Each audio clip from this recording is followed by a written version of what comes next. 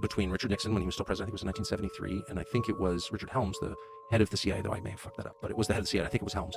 And Nixon says, "I know why they killed Jack Kennedy." So Nixon was a student of history, obviously a flawed and complicated person, but a very, very smart person. And he was really interested in why this guy who'd been president, just one president before him, was murdered. And he didn't think it was a lone gunman who was mysteriously assassinated 2 days later by another lone gunman. Like, it's so obviously bullshit. And he knew that. And he said to the CIA director, who, and you can listen to the tape, it's on the internet, is totally silent on this question. So I think there was the impression, I know, that Nixon understood that the bureaucracy was really in control of the country. It wasn't elected officials. And that's a massive threat, because it's true. So, and there may have been other reasons too that I'm not privy to. Look, and by the way, I didn't even know any of this, despite having moved to Washington in high school and been around this stuff a lot.